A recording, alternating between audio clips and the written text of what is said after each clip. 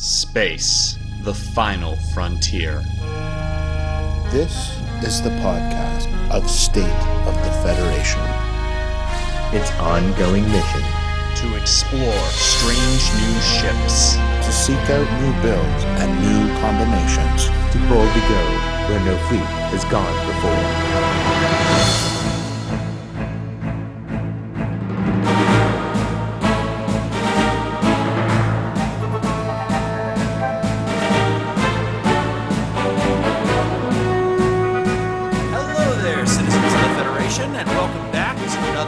Of State of the Federation. I'm your host Tucker, and with me today are my co-hosts Robert and Joseph. How you guys doing? Oh man, I am so tired from all the traveling I did to Origins and the work and the effort. It was exhausting, I tell you. I'm trying to kill you with my mind. You're probably lucky that I actually am tired because I actually did do traveling. I think the king of travel on this podcast is Mr. Drive 7 hours one day and drive 7 hours back. That's the true. Next day. That's true. And let's not forget, he is also still, I guess, which takes a little bit of the wind out of the sails, the U.S. national champion from Canada. I don't think it takes anything away. Joseph. I think it adds. Why are you sighing, Robert? No. That's me trying to It's cheer. the roar of the crowd. Thank you. That just sounds like you can't breathe. It's the roar of the crowd. Alas, our gallant gladiator fell mightily upon his sword, mostly through pride, once he reached Worlds. Well, you know, you can't win them all, apparently. Unfortunately. Yeah, not for lack of trying. Well, to be honest, I'm going to point something out. The top the top four for Nationals was completely different than the top four for Worlds. And the reason I point that out is everybody who played in the top four in Nationals had to play 2 more rounds than everybody who didn't. And that was just, 6 rounds one day and then 4 rounds the next. I'm not shocked none of you repeated. Like, it's so much now. It tires you out. I was really surprised when they announced that they're going 4 rounds for the Swiss and not 3 rounds. They had to. If they had only done 3 rounds, you would have needed to be undefeated to get in. There would have been absolutely no margin for error, and you would have had cases where, like, for example, round 1 was Joseph versus Jordan Cott, and Jordan didn't end up doing very well day 1. He flamed out. He actually barely made it into Worlds, which won. If you had that matchup, then both of them would not. I guess they both would have made the cut to Worlds, but they certainly would not have had the possibility of getting into the same top 8. That's true. Because you had what? You had, by the way, there were 26 people at Worlds, which is tied for at Nationals. What we are at Nationals. Thank you. Which is tied for the second largest event ever, not counting Rochester, which the report says they had 30 signed up. It does not say how many actually showed up. So that's like one of those records in baseball from like 1870 or something. The pre-modern era. Yeah, the what do they call it? The lag ball era, exactly. Right? It was. So, so Tucker, what are we here to do today? Well, we want to do basically what we're doing, which is we want to go over what happened at Nationals and Worlds. Just recap them a little bit. So, just starting off there, let's go ahead and look at day 1 a little bit more. And so day 1 had 26 people, as I said, tied for the second biggest event ever with Colorado Regionals in 2014, which actually, trivia, I was at both of them, which makes me feel kind of warm and fuzzy. So this was a huge field. This was a huge field full of tough competitors. And it was bruising. I mean, I'm sure Joseph, like, you'd be better equipped to speak to that. But from what I saw from the outside, it looked brutal because everybody had to be on point. Well, I can't think off the top of my head of a bad build that was there, and I mean, obviously we wouldn't, center those out, but like I honestly can't think of someone who just was like, oh, they're not competitive where they're from, and he's running Federation Pure or something like that. There were no builds like that. Yeah, and one thing I recall David Montgomery telling me the day before is in playing just the pickup games themselves, he had never faced stiffer competition. Yeah, the quick plays. I actually played in one of the quick plays. I did horribly because I wasn't planning on playing in the quick plays, so I had to borrow my fleet, and that never ends well. Obviously, I had no time to practice with it or anything. And it turns out, trying to run a Admiral Forrest movement-based attack build is not a great idea if you have no time to practice with it. Who knew? Well, some need practice. Joseph, listen. At this point, it does not count for you to say that you are flying a bioship build without practice. As far as I can tell, you are like 30 seconds away from surgically attaching bioships to your hands just so that you can have them on hand when you decide to play. And I do love them. And to be fair, Joseph and I played 3 times a week probably leading up to Worlds on Tabletop Simulator. So although he may feign his practice, he was out testing constantly. Oh no, practice makes perfect. Absolutely does. No question. Practice makes perfect, and I mean, that's the thing. I think that's really the determinant between the people who did well and the people who didn't. Just because the builds, as Joseph said, they were all good. So it really just came down. It came down to a certain extent to dice variance, but it also came down to the piloting. I mean, there were just. So, if you ask a fairly inexperienced player of this game, what is the worst critical you can possibly draw, the vast majority of them will say Warp Core Breach. And that is wrong. That is the wrong answer. The correct answer is Stunned Helmsman. Yes. Yeah, that's tough, man. There's other situational ones which could hinder your build if it's specifically designed, like weapons malfunction, perhaps. If you're only running upgraded phasers and there's fighters out there, or the one that drops an ox on your ship. So here's the thing: even weapons malfunction or munitions failure, they allow you to choose the weapon you get discarded, and you discard Type 8. So unless you get hit with 2, which is staggeringly unlikely, unless the opponent's running like the Gurnaris or something crazy. You're unlikely to see it. Stunned Helmsman is always bad. Stunned Helmsman is, I am giving my opponent Varel for free. The thing that's so tough about Stunned Helmsman is you actually have to be able to make an attack to clear it. So like if you get a Stunned Helmsman on a turn that you can't make an attack, it sticks around until you maneuver around to be able to make an attack again, right? With the exception of bioships. Because they regenerate it. Because they regenerate ships. Yeah, but Borg ships are never out of arc. That's right. Unless you're flying like the Borg Burrell. I don't think the Borg Burrell has regenerate, does it? No, the Romulan one. Yeah. The Romulan one can regenerate as like when it cloaks, it can regenerate. Yeah, that's right. And I think the Dominion Gaylord can regenerate. Is that right? I don't think that's right. Let's see. It doesn't matter. Whatever. It's really not. You know what? I'm gonna look it up. It's not important, but I'm gonna look it up. All right, Gaylord. I'm looking it up right now.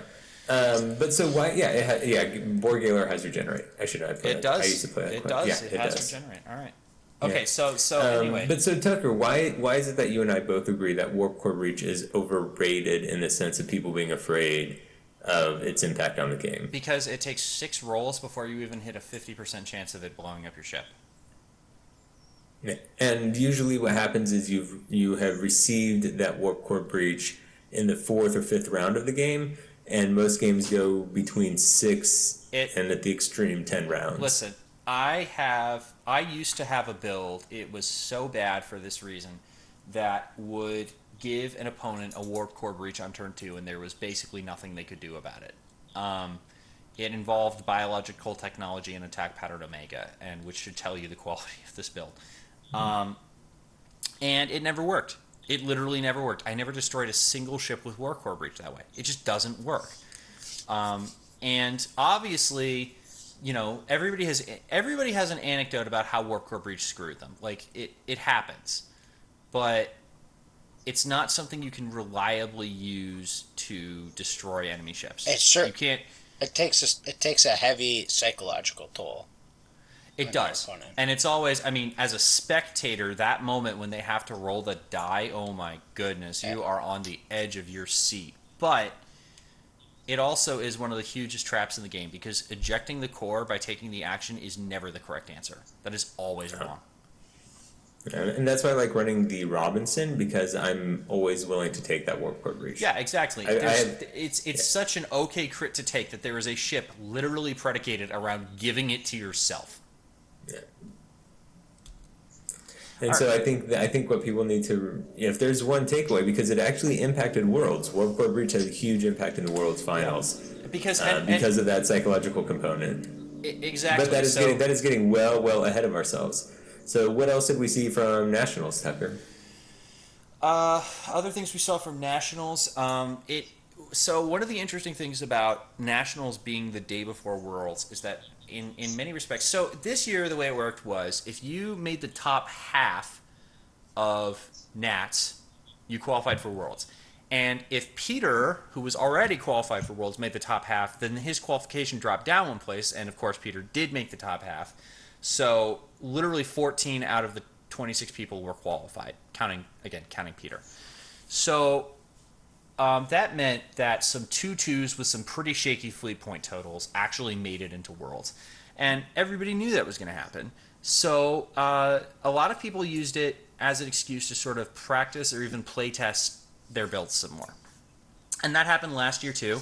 And I think that that's going to continue happening as long as the event is set up with this way. And I don't think it's a bad thing. This is my favorite model. I think last year's was terrible, where they only took the top 4 and other all qualified. So I believe it had 6 people. Is that right, Joseph? So no, what happened almost is no. Only Ben qualified from Nationals last year for Worlds. Jordan. Oh Jordan yeah, sorry, also Ben and qualified. Jordan, because Peter, Lon, and I were already qualified. Right. So what they should have done is they probably should have allowed those ranks to drop down the way they did this year. That system, the one they used last year was, I think it was like 1 qualification for every 4 people that played or something like that, rounded up. That system makes a lot more sense when they have more people. Like that system actually would have been okay this year because it would have meant if you had 1 for every 4, yeah, you would have had 8 people, which is actually a really good field for Worlds. You could have done a Swiss and then probably a top 2. I prefer overcorrecting for Worlds because I think you get more variance in Worlds, which is what you want. I disagree. I like Worlds better as a tournament reserved for some of the top tier players. But the people making it out there are already the top tier players. Which we've talked about. We've talked about there was not a weak fleet. And half of those not weak fleets are already thinned out. I guess that's true. I mean, I can't really argue with that. The proof is in the pudding, and the build sheets do show that the vast majority of people there really knew what they were doing. I will concede that. Yeah. So yeah, if this was something like Magic, where you get the 200 people showing up and there's novices in the field, then yes, I agree a tighter cut makes sense. But here, because of how small our community is, you really are only seeing the dedicated players show up to Nationals. And one thing that discouraged me from going last year was the fact that it'd be incredibly competitive, especially against Peter, Ben, and Joseph to make that top 4 cut, that I would only be going for 1 day of play. Well, that's why I like the quick plays this year. It, instant payouts, quick firing. They were giving out ridiculous prizes. Did anybody actually? Does anybody know? Did anybody ever actually end up winning the cloaked ship pack? Yes, one gentleman won both cloaked ships on the first day or the second day, and David Montgomery has a photo of him up on the shipyard. That's ridiculous. That's hilarious and absurd. And Gen Cons, they're handing out Gen Cons like it was candy. Oh my goodness, so many Gen Cons. Those are $100 bills. Like I don't like They're so Benjis. Maybe we should should we just start calling him Benjamin? No. We have a Benjamin. He is the Cisco. The Cisco. I refuse to call him anything other than the Cisco because I love that so much. They did a good job. We're getting off topic again. So we have here, and we've posted them to the State of the Federation page. So you're welcome to follow along. We have here the top 4 builds for Nationals. The top 4 at Nationals, in no particular order, were Dustin Gross, Jared Hoffman, James Carter II, and Joseph Vanderyacht, obviously. Hi, Joseph. So let's go ahead and look at these builds a little bit more closely. Just in terms of archetypes, we have a ganking build from Dustin, double bioships from Jared, a disruption sort of alpha strikey thing from James, and 2 feds, 2 fighters from Joseph.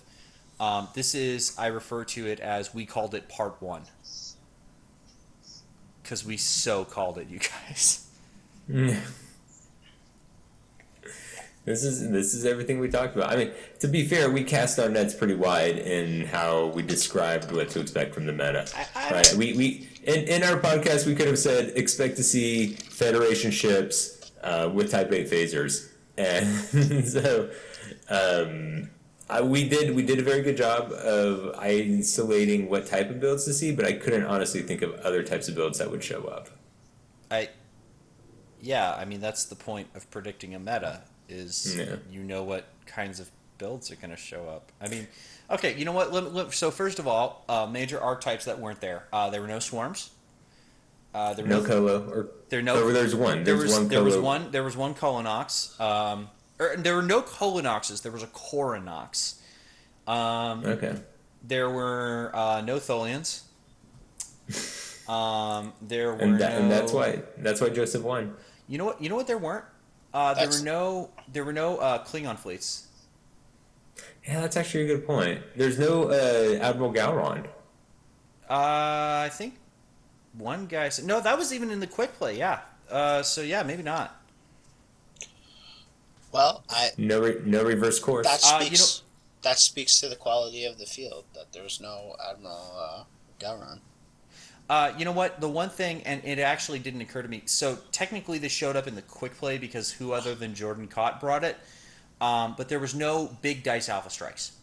Like we call James Carter's build an alpha strike build because it runs and attacks you in the first turn. But it's still with like 6-7 dice. There were no 17 die amazing one hit wonder builds in the main events. Jordan Cott, as I said, ran one in the quick play. I talked about it on Battle Station. It was hilarious and amazing. Did we see any double scimitars? Yeah, there were a couple. More in Worlds than there were in... there was only one double scimitar build in Nationals. There were several more in Worlds. There were only 4 Riemann Whirlbirds total day 1. And 2 of those were in different fleets. So there was... 1 fleet with 2 and 2 fleets with 1. And one of the fleets that had one was Dustin's, which is certainly not a traditional scimitar. Joseph, did we see Madrid at all in Nationals? Well, I didn't have to face him. Which is why you won. Yeah, you did. You played... Oh, no. You're right. I'm sorry. You're absolutely right. No, wait, didn't you? No, that's right. You played Jared and then you played James. Okay. Joseph? But Dustin had him in his build, as we discussed earlier, and I assume some of the people who finished near the bottom probably also had him. Joseph? Did anyone have Energy Dissipator in Nationals? No. Nobody even considered that. Damn it! Okay. 50. I'm betting 1 for 1. 50%. I'll take it. Do you mean 1 for 2? 1 That's for 2. 500, man. That's Hall of Fame. Well, now Yeah, you're batting 500. one. Now you're batting 1 for 3. That's still Hall of Fame. No, the math thing is probably more defensive error than my offensive prowess. Sure, whatever you want to say. So let's see. So I'm gonna look at these builds a little bit more closely. I honestly, I'm gonna blow past Joseph's and Jared's because we know what these builds are. Jared is 2 bioships with quality. And I would like Joseph actually to talk about what was going through his mind when he made this fleet. Yeah, Since that's it's fair. nice to have somebody here that built the fleet, it'd be interesting to hear his thought process putting it together. That's fair because this fleet is just as an introduction. It's a fairly standard 2 Federation ship, 2 fighter fleet. Conditional surrender on each ship, couple warp jumps. So Joseph, take us through building this. Like when you and I talked about this previously, you were looking at Vorchas, 2 Vorchas, and it doesn't look like you went that way. So why did you switch this up? What did you switch it up to instead of 2 Vorchas? Yeah, so Peter and I did most of the building on this fleet. I mean, we had kind of a bare bones beforehand, but we actually did most of the building on the drive up, just filling in the details and stuff. One of the problems that we kept running into in most of the builds that we were running were that they died to two fighters. 2 fighters are just underpriced. They're so strong, and we have 2 of them. It's so few points and so difficult to get them off the board, right? Just from a time perspective, let alone being able to outshoot them. So that's half the build at 43 points, and then the other half was the Federation ships, which have 180 arcs, white hard 2s. They don't pay faction penalties for some of the best stuff in the game. They back up. So they're kind of the what I call this build in Space Dock at first was like a good stuff build, which is a magic term, which was just kind of like cramming all the best stuff in the game into one build. Not Cloak Mines. But it's like you've got fighters, which are probably the best thing in the game. You've got the best ships in the game that are non-fighters in those Federation 180 ships. You've got warp jump, and you've got an attack cancel. So we were able to have captaincy 12, which we felt would give us the overace captaincy in almost every matchup. So it just sort of had everything. And then what kind of got lost in the shovel, I think, but what was really one of the best parts of the build was that because you have upgraded phasers on both your Fed ships, it is an amazing shuttle hunting build too. Or sorry, not shuttle hunting, 2 fighter hunting build, right? So like any other build almost that has 2 fighters in it, you're gonna just tear through. And it's funny, the way that you ended up getting that 12 captain skill is Khan on 1 ship, and then Jean-Luc Picard 9 with Jean-Luc Picard 8 with Forrest and William T. Riker from the Pegasus, who, if I had to say the most unexpected card that I saw so many builds run was that one, actually. Yeah, he had a little bit of a coming out party, I would say. He did, because number one, he boosts captain skill to just absurd heights, number one. Number two, he is natural meta against Madred.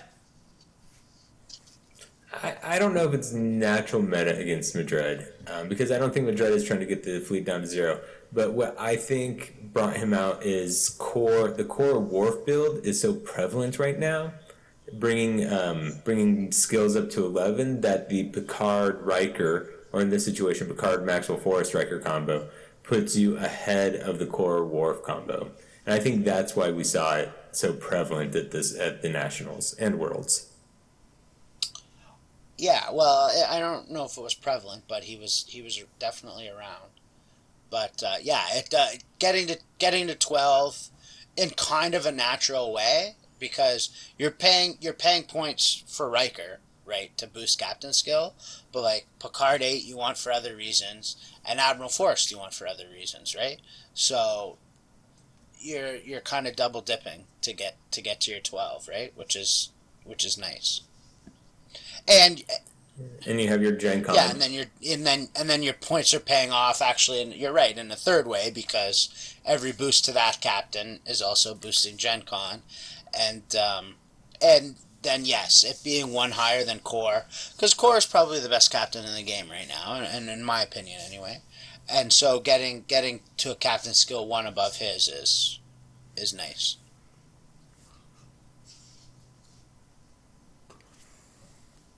I'm trying to think if Core is better than 9 Picard. Are you saying Core is better because of the synergy with Worf and Dax? Or Drex?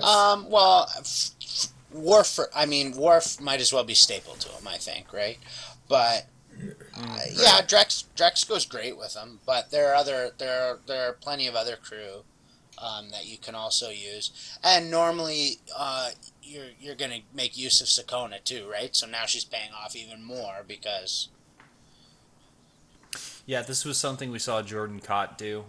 He used a lot of different crew on the ship with Core, and just as a side benefit, he got 4 rerolls out of it. yeah, so Yeah. And so, Joseph, I noticed you only went with 1 coordinated attack and no named fighters. Both of these appear to be generics. What was your mindset going with almost lighter attack fighters and beefing up your capital ships more? So we wanted a coordinated attack. We wanted coordinated attack on both because it helps with cloakers. The fighters take a big ding if they don't have it.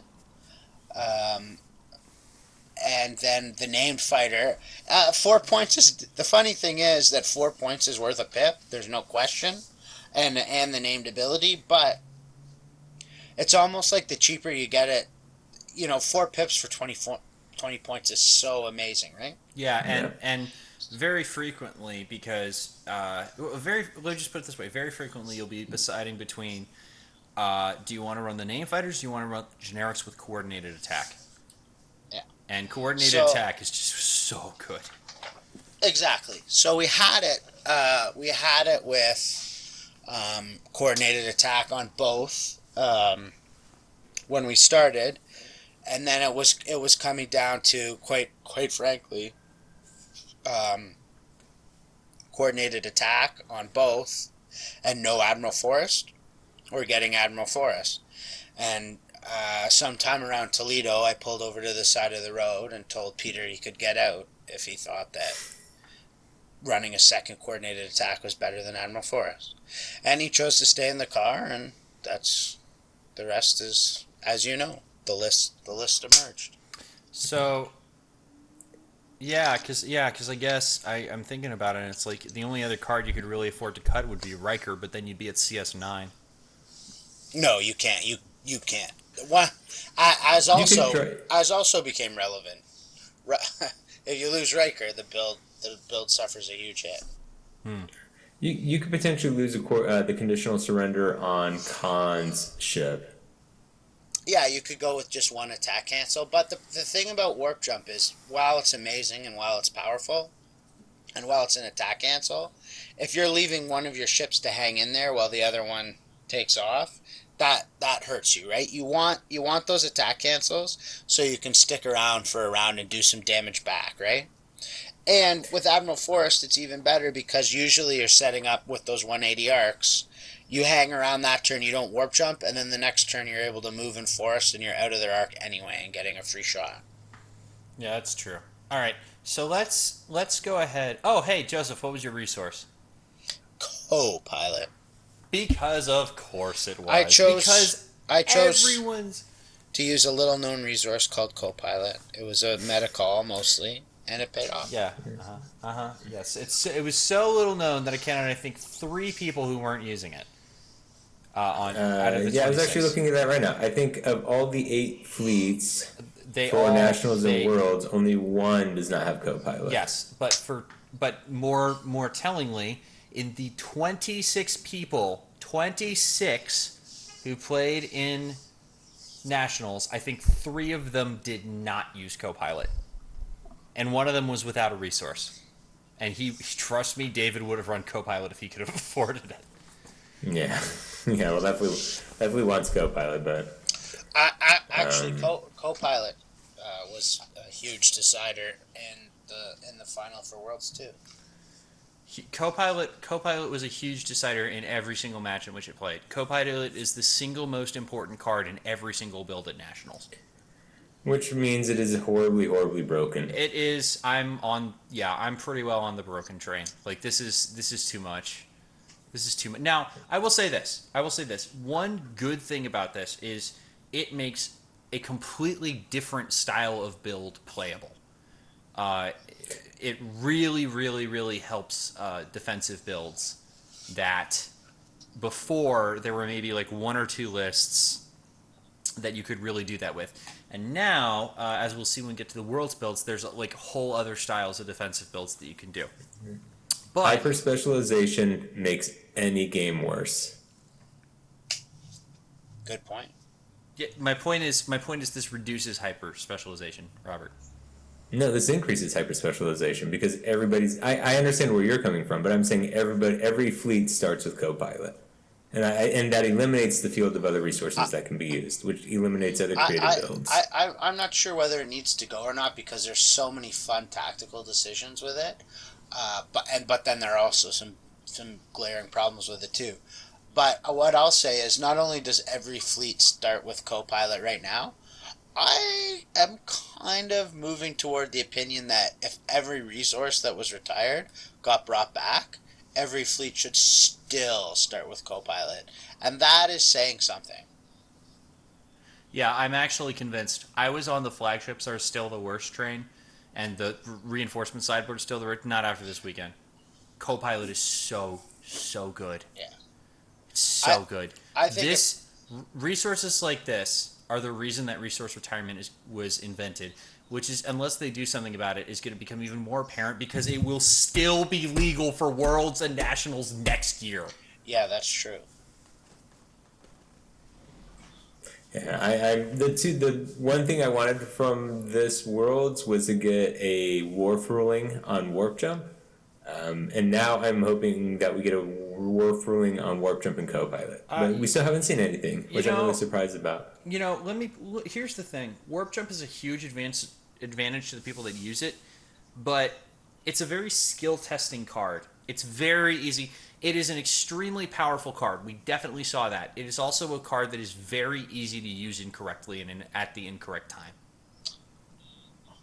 And if you decide to not use it when you really should, it doesn't help you at all. One Warp Jump is skill testing. I would tend to agree. 4 Warp Jumps or 6 Warp Jumps is not skill testing. Because that's the game. That's probably true. Right? Yeah, Joseph and I tested it and a little bit, and I could run 3 Warp Jumps on 2 ships and run a fighter, and essentially prevent my opponent from ever firing at me for 1 hour. Why would you run a fighter with that? No, not a fighter. Sorry, a shuttle. Yeah, I was gonna say, like, shuttle is the obvious choice there. And then you just gank something and win the game. And on that note, let's go look at Dustin's build. So Dustin ran a build that said, I'm going to gank one thing and run away from you for the rest of the game. Dustin wound up piloting this to a 4-0 record with 77 cumulative fleet points. I think he destroyed a ship by accident. Yeah, what did he score against Peter? I don't see it listed in round 4. He scored 6 points. Yeah, because he made. It was a 6-0 loss. He Madrided Jean-Luc Picard, I think. Yeah. And he was very creative. I loved his creativity in how to avoid being attacked. Okay, It was much. I'm gonna just come out and say this. This build is bad for the game. There is nothing good about it. Except that it wins. That is the fact that it wins is what's bad for the game. It's only when one person is doing something innovative and coming up with a build every once in a while that doesn't attack and goes to time by ganking something. I don't know if I'm prepared to say that's bad for the game. It's interesting anyway. All right, let me finish. When that starts to tip too far in one direction, and that's better than attacking for the most part, then I think it is bad for the game, because it's a game where you're trying to blow up each other's ships, right? Like that's kind of that's not how you win. Like that's not why you win. You win because you have more points, but that's kind of the premise of the game. Right, and see, that's the thing. It doesn't play the same game as other people. It stops them from playing the game. Yeah, but that's fine, right? Like every once in a while you'll get a magic deck that like wins by one of those weird counter cards, right? And it can even be competitive. But when they counterspell discard decks. Well, see here. a mill deck. But like once you get something like what's it called, that eggs deck or whatever it was that like is non-interactive and is a top tier, like the de facto best deck, then that's a problem. So bring it back from Magic, because that was about to get really technical in Magic Talk. What we're talking about is this: builds that don't require you to play the same game, builds that essentially don't require your opponent to exist, except in as much as you need something to gank points off of, are not. They're not good. They're not good for anyone. They're not fun. They're not fun to play against. They're clever. I mean, it's just I just don't want to see the game turn into this. Is my point. Like, yes, I fully acknowledge that this is in this meta a build that definitely deserved to get to go 4-0 in the Swiss. I think I think with a little bit better piloting, no offense, Dunstan, and a little bit better luck, it might have won the entire thing. And I sort of just hate that. How did he lose in this finals? Well, he played Peter. No, he didn't. Yeah, he lost to James. That's right, because James had a Alpha Strike fleet that he was just not prepared to deal with immediately, and because James had Gen Cisco and disabled both of his interface generators on the Scimitar, and then spent the entire game piling APTs on it. That's what he did. Got it. That makes sense. Speaking of the Scimitar, the Scimitar on his fleet is the most creative way I have seen to avoid being attacked. And so, Dustin, if you listen to this, when you listen to this, I cannot applaud you enough for this creativity. So what he did, guys, was and it wouldn't even have to be the Scimitar. Like, there are other ships that can do this. He ran Picard 6 from the Stargazer. He would do a 6 forward, and then Picard 6, another 6 forward. What does Picard 6 do? Since most people probably don't see him. Disable all your shields to take an additional maneuver. I think it has additional white or green maneuver. Right, I was going to say it has to be green or white. But he would either 3 turn and then 6 forward, or he would just double 6 forward, and there's nothing in the game that can stay in range at that point, basically. It was disgusting. Yeah, his fleet coincidentally might beat his fleet because he could probably launch the shuttle, Gol Madrid, Picard, and actually the Scimitar would move before the shuttle. Well, no. I mean, it's not hypothetical. Peter was running the same fleet as Joseph. Peter lost to this build. Yeah. Well, that's because they weren't running Gol Madrid. I promise you that is not the reason they lost. Actually, you know what? Let me look at something here. If I look at Dustin's build, yeah, he didn't even have anything that you could go Madrid back to gain enough points from losing a 6-point Picard. If he Gold Madrid's first, Gul Madrid is the only 6-point captain he has. The other two are 5. So if he Gul Madrid your Picard and gets it for 6 points, even if you Gul Madrid Khan or Picard 8, you still lose by 1 point. How did he get 11 points? What? In his first win, he had 11 points. He can Gul Madrid twice. He has Lee Nollis on there. Oh, got it. Okay. That's Captain Gul Madrid, not Admiral Gul Madrid. Got it. So he can. Yeah, because it's on Quark's treasure. Yeah. Okay. He can Lee Nollis to Gul Madrid twice, which is just obnoxious. I guess that would be the way to Gul Madrid him and win. Well, you couldn't go Madrid him because he'd use Linares to protect his Madrid. No, if he had already Gul Madrid and discarded Lee Nollis in preparation for doing it again, you could then Gul Madrid him. But that. Yeah. So anyway, I mean, the other impressive about this is that he has a 6-attack Scimitar, and he's running a 5-attack USS Prometheus with Forrest. So it's not even a fleet that you can easily kill his 2 ships. They're strong attack ships. And of course he's running co-pilot, so he has quality if he comes in and tries to kill one of your ships. I'm not convinced that the Prometheus was the answer here. The reason he ran the Prometheus was so that he could use quantum slipstream, but I just feel like there's a better choice somewhere. I like the Prometheus in this situation. Maybe the Voyager is a better solution. I was just thinking that because the 360. The 360 and no red maneuvers. Oh, you know what though? I think it's because he wanted double tech. Doesn't the Voyager have double tech? No, Voyager is tech weapon crew. Okay. Yeah, but how much is the Prometheus? Is 30 points. And how much is Voyager? 30 points as well? Yeah. Yeah, okay. Wait, is it? I think so. Oh, because it has 2 agility. Yeah, because it switches in attack for an agility. Right. Yeah. Yeah, no, the Prometheus. And you also get the action that you can take an additional straight maneuver.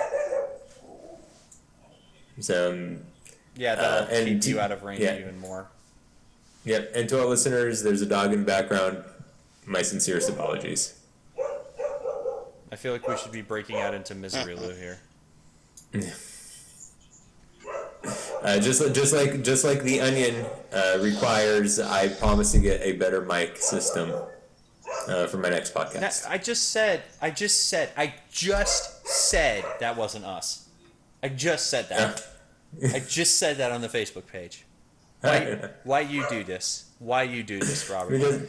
Because there's an annoying dog, which I've actually never heard bark this much. It's a little strange. So, all right. So, I do want to look at James's build really quickly.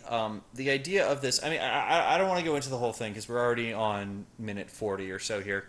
The reason I always say or so, by the way, the reason is we never know what it's going to be after editing, but it's probably about minute 40. So, this build is designed to do 2 things. It's designed to fly in and attack you the first turn, and it's designed to do stuff like Second of 5, Gen Cisco, Positron Beam, which, good lord, I am far more a fan of Positron Beam now. That Positron Beam, the only thing I never really liked about it was that it was range 1. So it turns out on a shuttle, it's amazing. Yeah, I like how far you can launch a ship, how far you can launch out a shuttle, and how much area it can cover on that initial movement. It's just no ship on the board can hide from a shuttle. And the other thing he used the, I want to say it was mirror tractor beam? It was the tractor Joseph, do beam you that remember? gave Oxes, I think. He was never able to deploy it against me, but I know that's what he had. Yeah, yes, that was the tractor beam. I want to say that's the mirror one. There are like 5, and they all do different things. Yeah, so this is another Hydecon fleet, by the way, another Prometheus. So we're seeing definite trends of trying to hide cards to lower points, using the Prometheus to be able to quick move around the board. Right. I mean, and this is another one that used quantum slipstream drive because if you know what you're doing, you can use that to go in and you can't attack after you QSS, but you can get close and you can. Did he He's second have, to 5 something. Did Yeah, he second to 5 on have? the Prometheus. No, hang on. Did he have a way of getting rid of the Aux token from the QSS? Yeah, he had Chekhov, right? He had Reliant Chekhov, and then The QSC no, that doesn't give wouldn't an work. Ox token. Doesn't it? No. He did Well, have. that solves that He did question. have something that gave an Ox token. Yeah, you. But he had Chekhov to clear it. It might have been launching the shuttle because they screwed up the ruling on that. And when Quark's treasure launches, your ship. No, when it docks, you get an Ox token. That's what they Yes. screwed up. Yeah, for nationals too. Oh, they ruled that for Worlds? Yeah. So just FYI, it is the mirror tractor beam that gives you the Aux. I have everything he did written down in the write up. I don't have. Hang on, And the other amazing thing about his fleet, he cleared the board in his first 3 matches. 130, 130, 130. So it wasn't even a... they weren't even close matches necessarily. His fast attacks really cornered his opponents, and they weren't able to adjust. And one of those techs is a projected stasis field. Like he's got a lot of tricks. I played him in the fourth round for the first time, and I was losing that game for 75-80% of the game. Right, I was just trying to keep alive to get through his tricks, and then they finally ran out, and then I got to turn the tables. And that speaks again to the durability of fighters because, the way you stalled for that was letting him shoot at those for a long time. Yeah, exactly. All right, so Joseph, how did you end up winning? What did he take of yours, and what did you take of his? So we got it down to once I was chipping away at his it's an Enterprise refit, right? It's Enterprise Yeah. A. So once I got the A down and then the shuttle down, once the A went down, it got a lot easier. But it ended up being my Hathaway against his Prometheus, and I either had. Yeah, I had higher captain skill just straight up because he has sidecon on that. So I had forced on that. So I was just there's no way he could get me in that 90-degree arc. yeah, he once the 10-minute mark hit, basically what happened was he just conceded. Yeah, that's almost why in both of these builds, Voyager is a little bit better because you get that natural 360. Yeah, it's. I don't know how you get that extra tech slot, which is problematic, but both of these would really have benefited from being able to attack from ships that were around them. Give me a systems. Give me an upgrade or something. I mean, you'd Give find me it. 50-point cap. Yeah, it's just. Let me look at that. I'm gonna System. pull into battle station mode a little bit here. Let me see. Yeah, because both of these are almost identical. Both are con, force, and 3 tech, or 3 hidden cards. I'm not sure that putting Forest on the Prometheus is actually the right call. With its extra movement, I agree. Let's see, what was... Yeah, because you can Oh, and just... then, yeah, it's con, second of 5, and then 3 hidden cards. I don't think Chekhov did enough work for him to really matter. I think I would cut Chekhov. Was Chekhov his hidden card? Was that the hidden crew? The hidden crew for James were Reliant Chekhov, and the techs were projected stasis field and quantum slipstream. It mattered because the 6 Oh, forward, interesting. if he wants the quantum slipstream on the second turn, which he does, he needs him. With the shuttle putting an Ox on his ship. That's what. Right. That's why. He needs that's for why the he was yeah. And I mean, That's it's helpful at other times too. But because what it's nice. It doesn't help you that turn, but you can back up with the Prometheus, and then if you have your whole dial open for the next round and you can clear that Ox, that's way better than being limited to its greens. You know who I almost like better in this situation is Montgomery Scott. Yes, he is great. The 4-point Scotty. Yeah, because he's also losing a point by having that card upside down. That's right. Well, I mean that Scotty. I mean that's a one shot though. Though I guess really that's all you need. Okay, so let's go ahead and have a look at the last build here. This is Jared's build. Jared Hoffman, nice guy. Top 8 Worlds 2015. This is a fleet after my own heart. Here we go. I'm going to read the whole thing. You ready? Species 8472 Bioship. Jean-Luc Picard 9. Biological Technology. Species 8472 Bioship. Gen Con. Forest. Cloaked Mines. First wave attack fighters. Flanking attack. Wait, sorry, I lost you. Did you say Hathaway in there? Is trouble? There's so many cards. I just got lost. That is an that's what? That's 12 12 I'm doing that math. No, that's 10. That's 10 cards counting the resource, which was guess what? Co-pilot. So, Yep. It turns out that if you take high captain skill, a bunch of attack dice, cloaked mines, and quality, and fighters, you do pretty well. You make it to the top 4 of nationals. Who would have thought? Who would have thought? Yeah. But I think that really encapsulates how good of a state the game is in right now, because look at the diversity between these 4 fleets. Right. You really have a little bit of everything, except for our comments about the resource. But I agree with Tucker to a degree that having that resource opens up some of these combos that would otherwise not be possible. So that's about all the time we actually have for today's episode.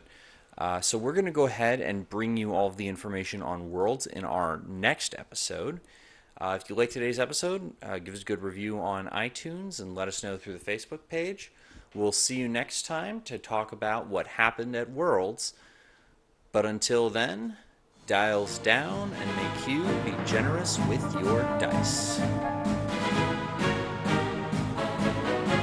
State of the Federation is a non-profit fan-based production of Tucker Kobe, Joseph Vanderyacht, and Robert Fletcher. Star Trek Attack Wing, and all other copyrights are owned by their respective copyright holders. State of the Federation original concept created by William Sanchez.